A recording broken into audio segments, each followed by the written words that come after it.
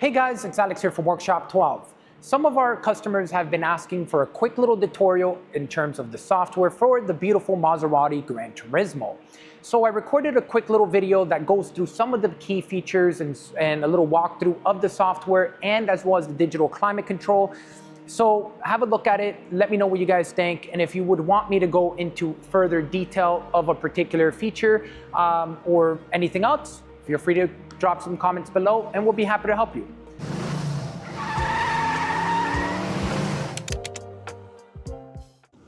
All right guys, starting off with the screen here, beautiful display. As you can see, we're going to start off with the top here.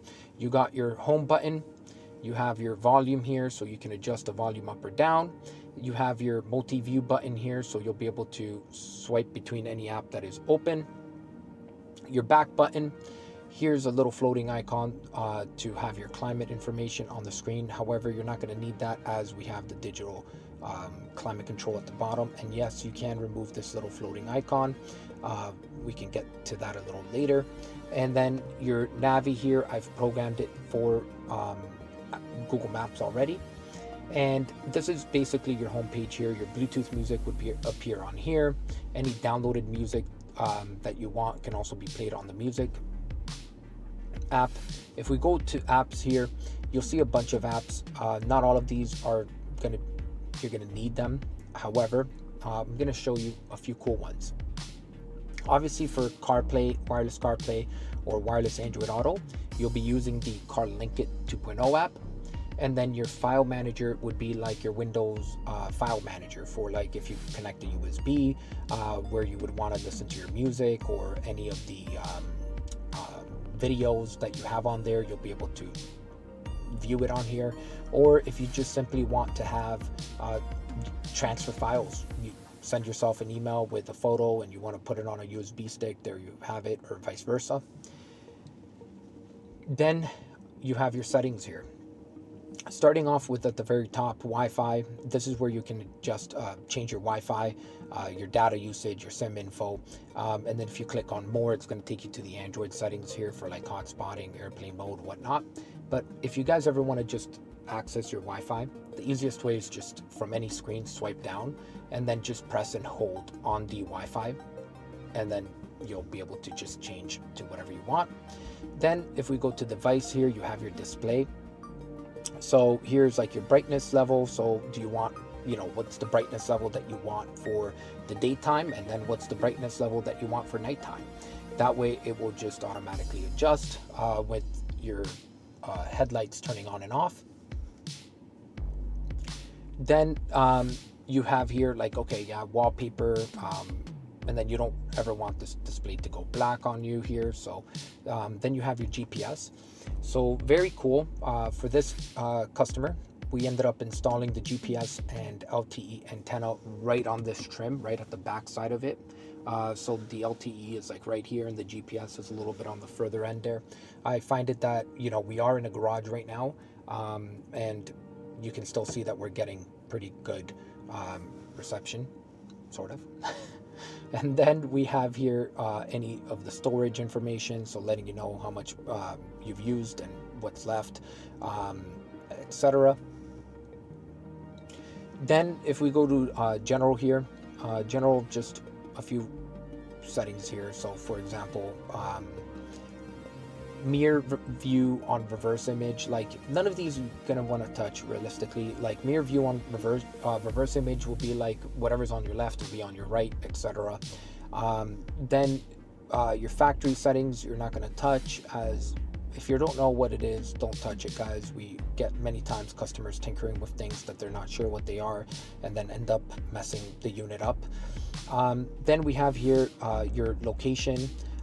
So do you want to allow location for certain apps? Yes or no. Your security here is just your Google Play Protect.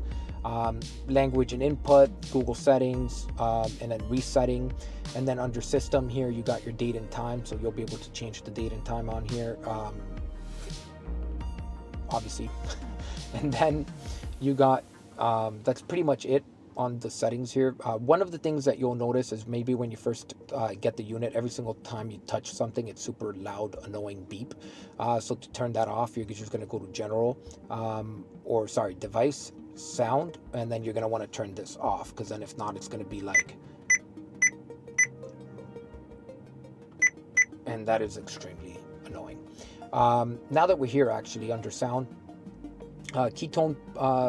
keypad tone, we already talked about. Loud is like, do you want the music to be a little extra loud? You don't. This Maserati comes equipped with the Bose. I believe most of them do, and it sounds absolutely insane. So you don't need to put the loud on here. Amp on or off, this is to turn off the Bose amp, so you want to make sure that that is on. And then subwoofer, so if you go on here, you'll be able to adjust like the volume of the subwoofer, the frequency, and the high frequency. And then your equalizer, so I've tuned this for the customer. For any of you that have a Maserati, I think that this is a pretty solid tune. So if you want to take a screenshot of this, you'll be able to, no problem. When it comes to the equalizer, guys, like obviously this is for like if you want the music a little bit more to the passenger, the front, the rear, etc. And then you have your surround effect. So the surround, I increased a little bit just to kind of give it more of a surround sound when you're listening to your music. Gives you a little bit more output on the rear speakers there. And then your bass enhancement, and then bass filter. So certain things that you're not sure what they are, don't touch, as I find it that you'll, well, at least remember where they're at, so you don't mess it up completely. And then back on the apps here, so App Store, which to be honest with you is going to be the Google. Well, this App Store is going to be one for like the unit to get like things like CarLink it and stuff like that, or CarLink it. Yeah, CarLink. And then here you'll have the Play Store. So the Play Store is where you would want to download all the apps from. The Play Store is 1 million more apps than the Apple App Store. So it's you'll find whatever it is that you want on here. For your radio, you'll be able to hear the radio, obviously, and just make sure that you have the correct antenna plugged in, so you'll be able to enjoy it. And then obviously your steering wheel controls also work, and as well as like for skip, as well as the mute voice command, so you'll be able to go onto Google here, which is awesome. And then you have the answer button, that way you can either dial or just easily be able to pick up the call. Now for CarPlay and Android Auto, I'm going to go ahead and connect my cell phone to it. So you just want to simply grab the Bluetooth connection and connect to it. So I'm going to turn on my phone's Bluetooth, and now it is going to connect. You're going to notice that the internet for Wi-Fi will turn off, obviously, because the way wireless Android Auto or wireless CarPlay work is it's through Wi-Fi. So you want to make sure that you can't use both, unfortunately. That's why we recommend you to have a SIM card. That way you'll be able to use. Now on here, you'll be able to access all of the apps that are available on CarPlay. And one of the things that I want you guys to be paying attention to is how fast and how responsive the unit is. It is absolutely insane on the performance of it. If you want your maps here, you got your maps. You'll be able to view it, go to work. You got your music, your phone, your news here, and whatever other apps you guys want. CarPlay or Android Auto is pretty standard when it comes to the navigation aspect of it, but if there's anything that you guys would like us to cover, just let me know.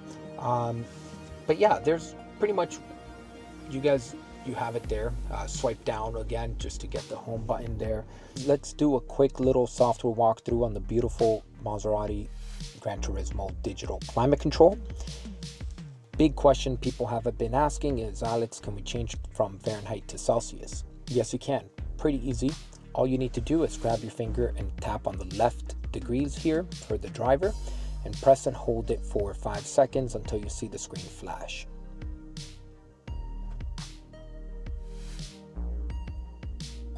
And just like that, you now have it at Celsius. This climate control is really cool. The way it's going to work is you have your auto climate. If you want for the fan directions to be at face, you just point at the arrow there. If you want to lower the fan speeds, you have it right here. If you want to defrost, like for the fan direction to hit on top of the dash there, you can press there. If you want for feet, if you want to shut these off and just have feet, there it is. If you want to have dual zone climate, just adjust the passenger here and it will now be different temperature. But then if you want to sync it, you would click here on mono, and then now it would be synced, so you can now just adjust the driver, and then it's gonna change the passenger as well. And then you have the auto button, of course, on both sides here, so you'll be able to adjust it.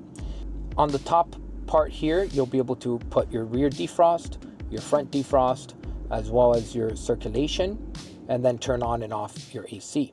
If you want to turn off your climate, just drop it all the way to 0 here, and then now it's turned off. And then if you want to adjust your fan speed back up, you can put it for face. So this is absolutely amazing. Let me know if there's anything else you guys want me to show you. Don't want to make this video extremely long, just kind of wanted to give you guys a little look of what to expect. And yeah,